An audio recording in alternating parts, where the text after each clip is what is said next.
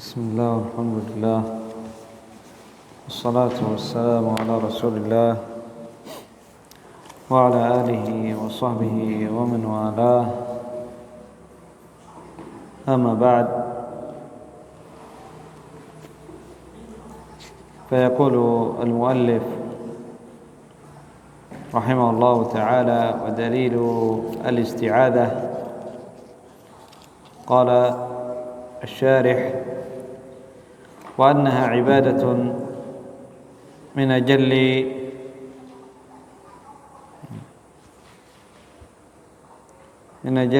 العبادات.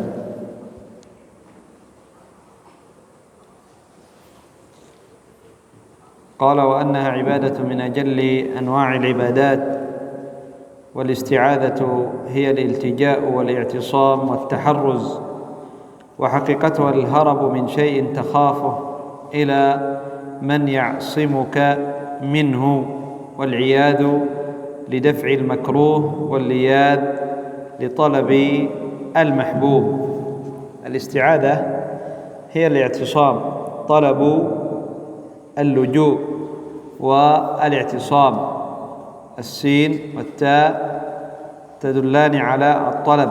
الاستعاذة أي طلب العوذ، والعوذ هو الالتجاء والاعتصام. تهرب من شيء تخافه إلى من يدفع عنك هذا الشيء، من يعصمك من هذا الشيء. والاستعاذة المطلقة أن تستعيذ من دفع الشرور، من دفع شر كل ذي شر، لا تكون إلا من الله عز وجل. ومن أنواع الاستعاذة بكلمات الله وببعض صفات الله. أعوذ بعزة الله وقدرته من شر ما أجد وأحاذر. أعوذ بكلمات الله التامات من شر ما خلق، وغير ذلك من الأحاديث.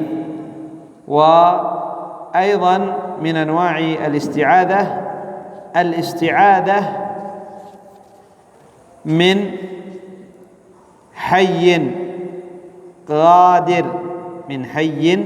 قادر على أن يعوذك وأن يعصمك من هذا المكروه. فهذا جائز. فالنبي صلى الله عليه وسلم قال عند الفتن، قال: ومن وجد ملجأ أو معاذا فليعذ به، فليلتجئ إليه وليهرب منه.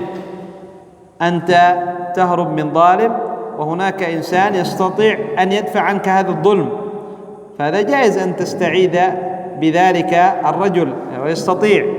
لكن التي هي الشرك الاستعاذة بالأموات أو بالجن أو بالأحياء غير القادرين.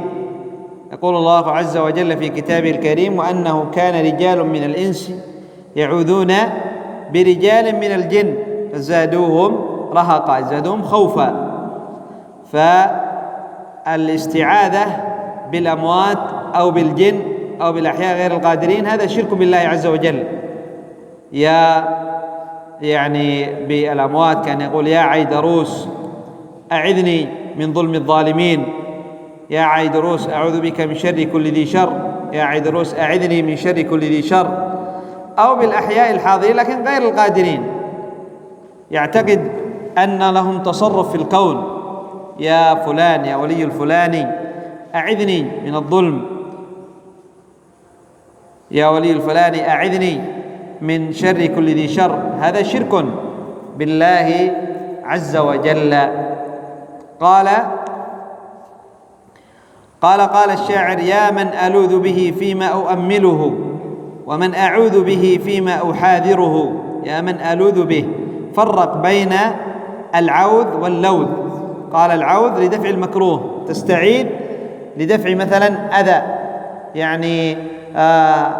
ظالم يريد أن يأخذ مالك أو يريد أن يقتلك، أو من أسد، أنت تذهب إلى مكان تختبئ من هذا الأسد، تهرب من هذا الأسد، هذا العوذ.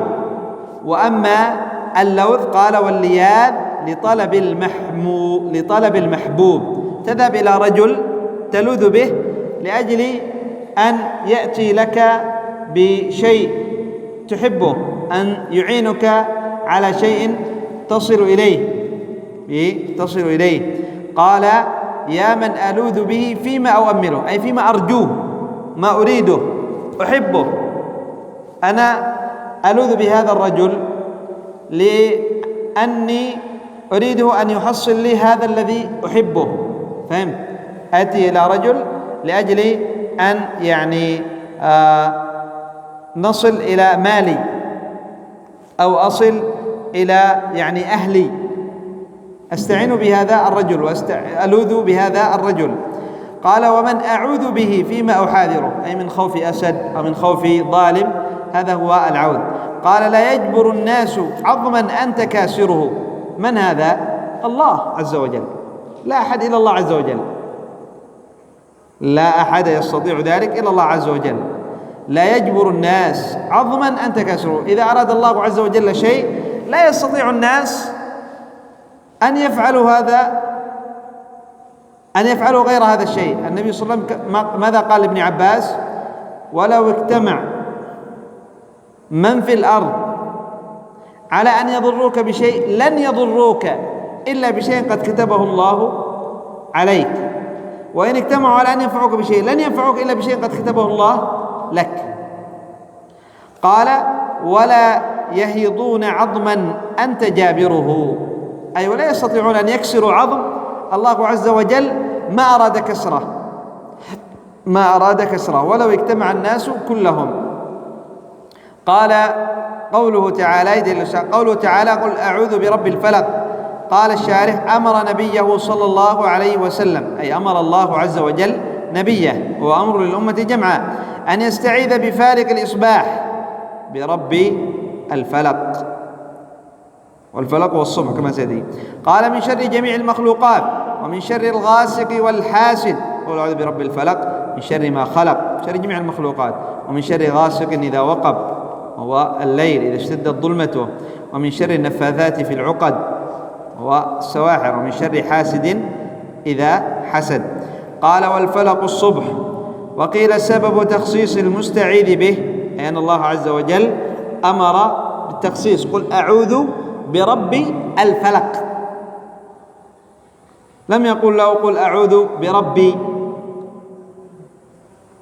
أو برب كل شيء. رب كل شيء، الله عز وجل رب كل شيء، لكن هنا خص بالفلق. لماذا؟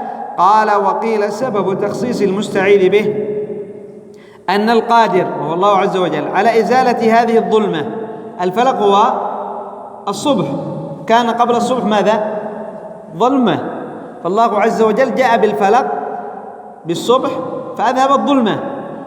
فالذي قدر على أن يخرج الظلمة ويأتي بالضوء قال أن القادر على إزالة هذه الظلمة عن العالم هو القادر أن يدفع عن المستعيذ ما يخافه ويخشاه. فإذا كان الله عز وجل قد كان قادر على أن يذهب الظلمة ويأتي بالضوء، فمن باب أولى أنه يقدر أن يعيذ هذا الخائف من ما خافه. والله عز وجل قادر على كل شيء، لا يعجزه شيء سبحانه وتعالى عز وجل. قال: وقوله تعالى، قال المؤلف: وقوله تعالى: قل أعوذ برب الناس. قال الشارح: أمر نبيه صلى الله عليه وسلم، أي أمر الله عز وجل نبيه، وهو أمر للأمة جمعاء، أن يستعيذ به من الوسواس الخناس، يعني الشيطان. هو الوسواس الشيطان الجاثم، أي الذي يجلس هنا على قلب الإنسان. الجاثم أي الجالس على قلب الإنسان. قال: فإذا ذكر الله، أي العبد، إذا ذكر العبد ربه، فإذا ذكر الله خنس، أي ضعف واختفى، كما قال النبي صلى الله عليه وسلم وذهب. يقول النبي صلى الله عليه وسلم: إذا أذن المؤذن ولى الشيطان وله ضراط، ثم إذا انتهى التأذين أقبل فإذا أقيمت الصلاة ولى الشيطان، فإذا انتهت الإقامة رجع فحال بين العبد وبين صلاته. قال وإذا غفل وسوس، إذا غفل العبد عن ذكر الله وسوس. ومن هنا فائدة كما ذكر العلماء عند تفسير هذه الصورة أن العبد ينبغي له أن يكثر من ذكر الله عز وجل وألا يغفل، وأن العبد إذا أراد ألا يتسلط عليه الشيطان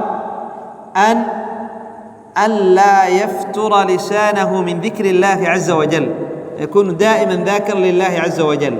فهذا من أسباب أن الشيطان يبعد عنك ويخنس ولا يوسوس لك ولا يؤزك إلى فعل الشر. قال وذكر تعالى 3 صفات من صفاته: الربوبية والملك والإلهية. قل أعوذ برب الناس الربوبية، ملك الناس الملك، إله الناس الألوهية. ذكر الله عز وجل 3 صفات. قال وأمر الله عز وجل المستعيذ أن يستعيذ بها، أن يستعيذ بربوبيته. قل أعوذ برب الناس ملك الناس إله الناس، أي وأعوذ بملك الناس وأعوذ بإله الناس. أمر المستعيذ أن يستعيذ بها، أي بهذه 3 الصفات، من شر الشيطان الموكل بالإنسان. وثبت عنه صلى الله عليه وسلم أن الشيطان يجري من ابن آدم مجرى الدم، وأخبر أنه لم يتعوذ متعوذ بمثل هاتين الصورتين، أي لم يتعوذ متعوذ بشيء بمثل هاتين الصورتين، قل أعوذ برب الفلق وأعوذ برب الناس، فهما أعظم شيء يتعوذ به العبد من الشيطان.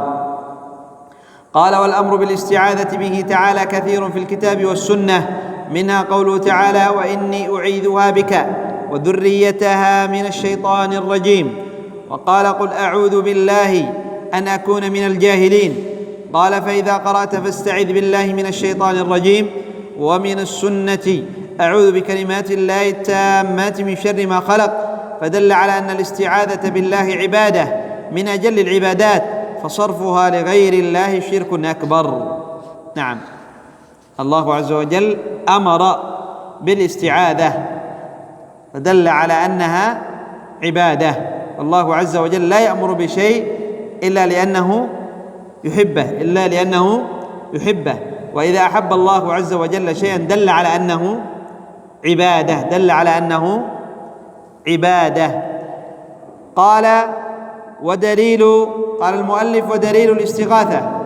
قال الشارح وأنها عبادة من أجل العبادات وأفضل أنواعها، وهي أخص أنواع الدعاء. نعم، الاستغاثة طلب الغوث، وهي دعاء، ولكن من المكروب، من الذي أصابه الضر. إذا أصاب العبد ضرا فدعا الله عز وجل أن يرفع عنه هذا الضر، فهذا يسمى استغاثة. قال وأنها عبادة من أجل العبادات وأفضل أنواعها، وهي أخص أنواع الدعاء، فإن دعاء المكروب يقال له استغاثة، والاستغاثة المكروب أي الذي أصابه الضر. قال والاستغاثة هي طلب الإغاثة، وهي الإنقاذ من الضيق والشدة، وأكثر ما يقال غياث المستغيثين، أي مدرك عباده بالشدائد إذا دعوه ومجيبهم ومخلصهم. فإذا صرفها أحد الاستغاثة لغير الله كان يستغيث بالأصنام أو الأموات أو الغائبين أو نحوهم فهو مشرك كافر. نعم، يقال في الاستغاثة مثل ما يقال في الاستعاذة ومثل ما يقال في الاستعانة. الاستغاثة من شيء لا يقدر عليه إلا الله، هذا شرك بالله، لا يستغاث إلا بالله. أما أن يستغيث بحي قادر فهذا حاضر قادر، فهذا جائز، كان يغرق فيستغيث به يا فلان أنقذني من الغرق، هو يستطيع، هذا جائز. أو أن يستغيث بشخص أن يعني يدفع عنه أذية أحد، كما قال الله عز وجل في قصة موسى: فاستغاثه الذي من شيعته على الذي من عدوه فوكزه موسى فقضى عليه. فاستغاثه، طلب منه أن يغيثه، أن يدفع عنه هذه الشدة. فإذا كان طلب الغوث من حي قادر حاضر فهذا جائز. أما الاستغاثة بالأموات أو بالأحياء غير الحاضرين وغير القادرين فهذا شرك بالله. يا بدوي أغثني، يا عيدروس، يا جيلاني، يا شمس الشموس أو غير ذلك، يا بن حفيظ أغثني، هذا كله شرك بالله عز وجل، كله شرك بالله عز وجل، أن يستغيث بالمخلوق فيما لا يقدر عليه إلا الله عز وجل، فيما لا يقدر عليه إلا الله عز وجل. قال المؤلف قوله تعالى: إذ تستغيثون ربكم فاستجاب لكم. قال الشارح: أي إذ تستجيرون ربكم وتطلبون منه الغوث فاستجاب لكم، وذلك أنه لما كان يوم بدر ونظر رسول الله صلى الله عليه وسلم إلى كثرة المشركين جعل يهتف أي يدعو بربه ويناشده، فأمده الله بالنصر على عدوه فقتلوا وأسروا وظهر الإسلام، وسمي يوم بدر يوم الفرقان. فدلت الآية على أن الاستغاثة عبادة، فصرفها لغير الله شرك، لأن الله عز وجل قال: إذ تستغيثون، في مقام الإخبار بما فعل، مقام الإقرار، أقرهم على هذا الفعل، ثم بعد ذلك استجاب، فدل على أن هذه عبادة، أن الله عز وجل يستحب أن يستغيث به عباده، فهو يجيبهم، دل على أنها عبادة. قال: ودليل الذبح، قال أي ذبح القربان، قال الشارع أي ذبح القربان لله تعالى من الضحايا والهدايا ونحو ذلك. الهدايا أي الهدي الذي يذبحه الحاج، والضحايا أي الأضحية. قال: ونحو ذلك كالعقيقة، يتعق عن الولد، للذكر شاتان وللأنثى شاة واحدة. قال: وأنه عبادة من أفضل العبادات، أي الذبح، وأفضل القربات إلى الله تعالى. والذبح يقال للبقر والغنم، وأما الإبل فالنحر، ويجوز العكس، أي أن تقال تنحر البقر وتنحر أيضا الغنم، لكن النحر الأصل أنه يكون للإبل. النحر أن تربط يعني أقدام الإبل ثم تضرب بالخنجر في عنقها هنا، لعلكم ما رأيتم الإبل، عنقها طويل وهنا تأتي يعني مثل يعني شيء هاك، ثم بالسكين يطعنها هنا وهي قائمة، هذا النحر للإبل. وقد تنحر البقر وكذلك الغنم، لكن الأصل أن النحر للإبل والذبح للبقر والغنم. قال: وعبر بالذبح لأنه الأكثر شيء، لأن البقر تذبح والغنم تذبح. والذبح على أنواع: ذبح عبادة لله عز وجل كما تقدم، مثل الأضاحي تذبح تقرب لله عز وجل، والهدي يذبحه الحاج تقرب لله عز وجل المتمتع. وكذلك العقيقة للولد، إذا كان ذكرا تذبح شاتان، وإذا كان أنثى تذبح شاة واحدة. هذا هذه عبادة جاءت عن النبي صلى الله عليه وسلم، عبادات. كذلك يعني أمر الله عز وجل بهذه العبادة: فصل لربك وانحر، فصل لربك وانحر. فهذه لا يجوز أن تذبح إلا لله، الهدي والأضحية والعقيقة. ولكن هناك ذبح يذبح لإكرام الضيف، لإكرام الضيف، وهذا واجب. إكرام الضيف واجب. إن كنت تستطيع أن تذبح له فواجب عليك أن تذبح له. إكرام الضيف، النبي صلى الله عليه وسلم قال: من كان يؤمن بالله واليوم الآخر فليكرم ضيفه.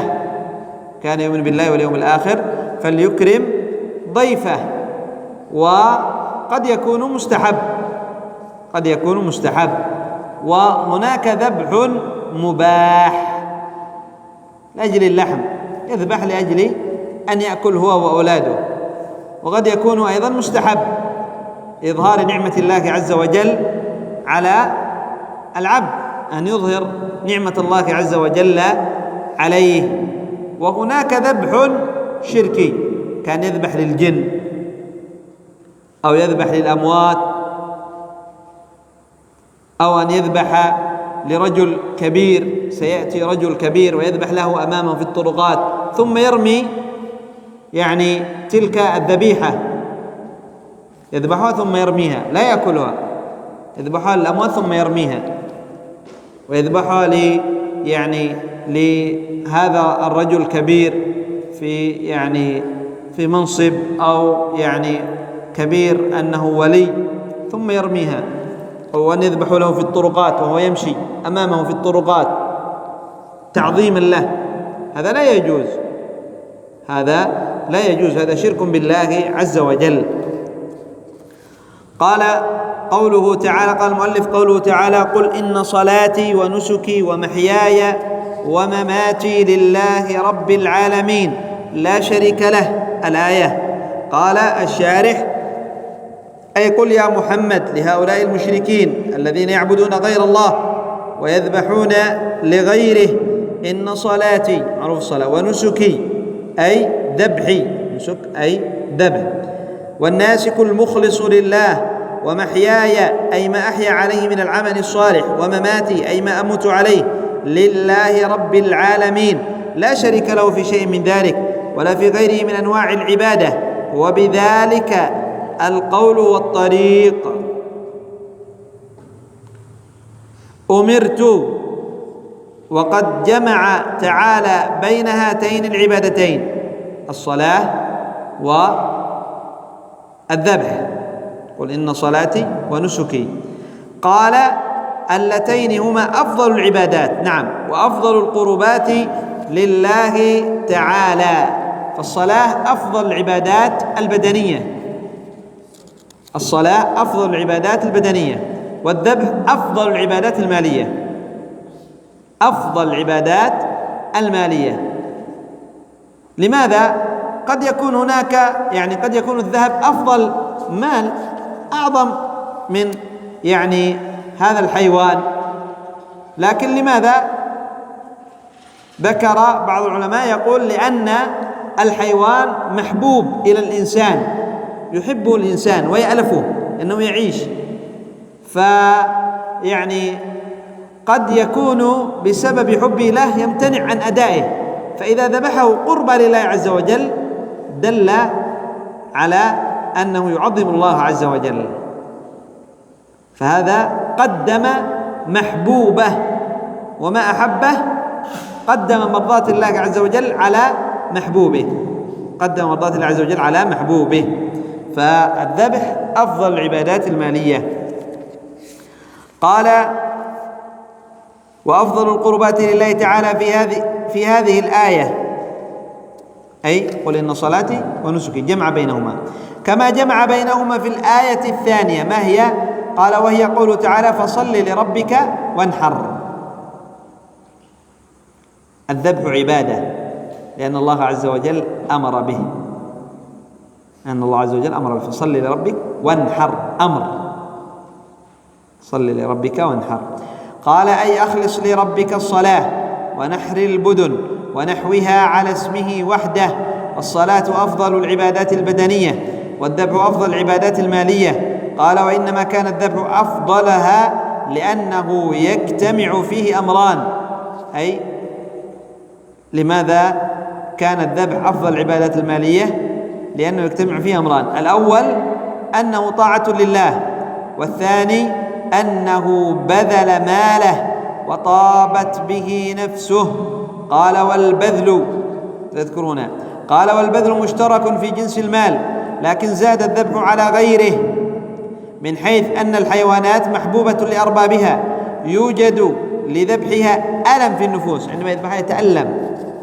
قال: من شدة محبتها، فإذا بذله لله وسمحت نفسه، أي طابت نفسه بإيذاق الحيوان الموت، صار أفضل من مطلق العبادات المالية. وكذلك ما يجمع له عند النحر إذا قارنه الإيمان والإخلاص من قوة اليقين وحسن الظن بالله أمر عجيب، فصرفه لغير الله شرك أكبر. نعم، صرف الذبح كأن يذبح للولي الفلاني أو للجن أو للميت، يذبح للميت، تقرب للميت، فهذا شرك أكبر، شرك أكبر كما سيأتي في الحديث. قال: ومن السنة لعن الله من ذبح لغير الله. قال: أي والدليل على أن الذبح عبادة من سنة رسول الله صلى الله عليه وسلم التي أمرنا باتباعها. وقال أي النبي صلى الله عليه وسلم: تركت فيكم ما تمسكتم به لن تضلوا، كتاب الله وسنتي. وقال: عليكم بسنتي. وقال: تركتكم على المحجة البيضاء ليلها كنهارها لا يزيغ عنها بعدي إلا هالك. هذه الأحاديث فيها الأمر باتباع سنة النبي صلى الله عليه وسلم. قول الله عز وجل: قد كان لكم في رسول الله أسوة حسنة. وقول الله عز وجل: وما آتاكم الرسول فخذوه وما نهاكم عنه فانتهوا. قال الشارح: لعن الله من السنة، لعن الله من ذبح قال المؤلف: ومن السنة لعن الله من ذبح لغير الله. قال الشارح: اللعن الطرد والإبعاد، والملعون من حقت عليه اللعنة أو دعي بها عليه، أي اللعنة على فلان، الله ألا لعنة الله على الظالمين، هذا هو الملعون. ولا يجوز اللعن، لا يجوز اللعن بين أن يلعن المسلم أخاه المسلم، لعن المؤمن كقتله. ويقول النبي صلى الله عليه وسلم: لا يكون اللعانون شفعاء ولا شهداء عند الله. ويقول النبي صلى الله عليه وسلم: ليس المؤمن بالطعان ولا اللعان ولا الفاحش ولا البذيء. ويقول النبي صلى الله عليه وسلم: إذا لعن المسلم أخاه صعدت السماء، فإن كان أحق بها وإلا رجعت على صاحبها. فلا يجوز اللعن، لعنة الله على فلان، فهمتم؟ لا يجوز اللعن. أما ما لعن الله عز وجل، نعم، لعنة الله على الظالمين، لعنة الله على الكافرين، هذا عام، لعنة الله على الكاذبين، لعنة الله على الفاسقين، هذا عام يجوز. أما المنهي عنه اللعن بالعين، لعنة الله على فلان، لعنة الله عليك، هذا ما يجوز، هذا من كبائر الذنوب. حتى الكافر لا يجوز أن يلعن، حتى الكافر الحي لا يجوز أن يلعن، لأنك تحكم عليه بأنه مطرود من رحمة الله، وما يدريك لعل الله يتوب عليه، لعل الله يتوب عليه. الصحيح أن الكافر لا يجوز لعنه إذا ما زال حي، أما إذا مات يجوز، مات على الكفر، لكن ما زال حيا لا يجوز لك لعنه بعينه، أن تلعن الكافر بعينه.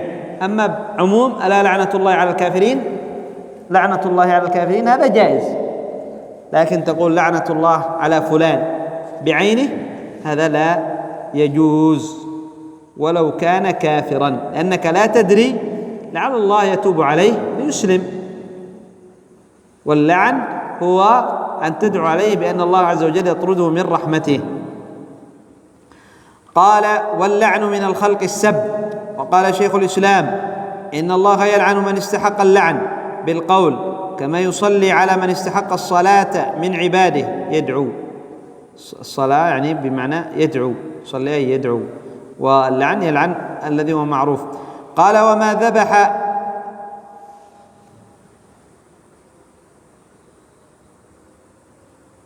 وما ذبح لغير الله، أي يلعن أيضا الله عز وجل. اللعن يعني وما ذبح لغير الله، فهو يعني هذه داخلة في اللعن. قال: وما ذبح لغير الله مثل أن يقول هذه ذبيحة لكذا، أي يذبحها ويقول هذه ذبيحة للولي الفلاني أو للميت الفلاني أو للجن. أنتم. قال: وتحريمه أظهر، أي تحريم هذه الذبيحة ذبحها للجن أظهر أبين من تحريم ما ذبح للحم، ذبحه لأجل أن يأكله. الأول ذبحه للجن، يرميه للجن أو للولي الفلاني، لكن هذا الثاني ذبح من أجل أن يأكل، لكن وقال فيه باسم المسيح أو نحوه. عندما ذبح هو للأكل لأجل أن يأكل، لكن قال باسم المسيح أو باسم موسى أو باسم عيسى. فالأول الذي ذبحه لأجل الجن، قال هذه ذبيحة للجن أو ذبيحة للولي الفلاني، هذا الأول أشد تحريم أبين، لأنه ذبح لغير الله، هذا ذبحه لغير الله ولم يذبحه لنفسه، لم يذبحه للحم، إنما ذبحه كامل لغير الله، هذا بين أنه حرام. والآخر ذبحه للحم، وقلنا تقدم معنا أن من ذبح للحم مباح، لكن لم يسمي الله عز وجل عليه، جاء بتسمية غير اسم الله، فهذا محرم، هذا الأكل منه محرم. فمن باب أولى الأول الذي ذبحه لغير الله أنه محرم أكله. قال: وإذا حرم فلن يحرم ما قيل فيه لأجل المسيح أو قصد به أو لا. قال: ودل الحديث على أن الذبح عبادة، لأن الله لعن من صرفه لغيره، والعبادة كلها مختصة بالله، فإذا صرفها أحد لغير الله بأن ذبح للأصنام أو للقبور المعبودة من دون الله التماسا لشفاعة أربابها أو للزيران أو للزهرة، هذه نجوم، أو لقدوم سلطان أو نحو ذلك، فهو مشرك كافر. أن يذبح لغير الله هذا شرك بالله عز وجل وكفر. نكتفي بهذا القدر إلى هنا. سبحانك اللهم وبحمدك، أشهد أن لا إله إلا أنت، أستغفرك.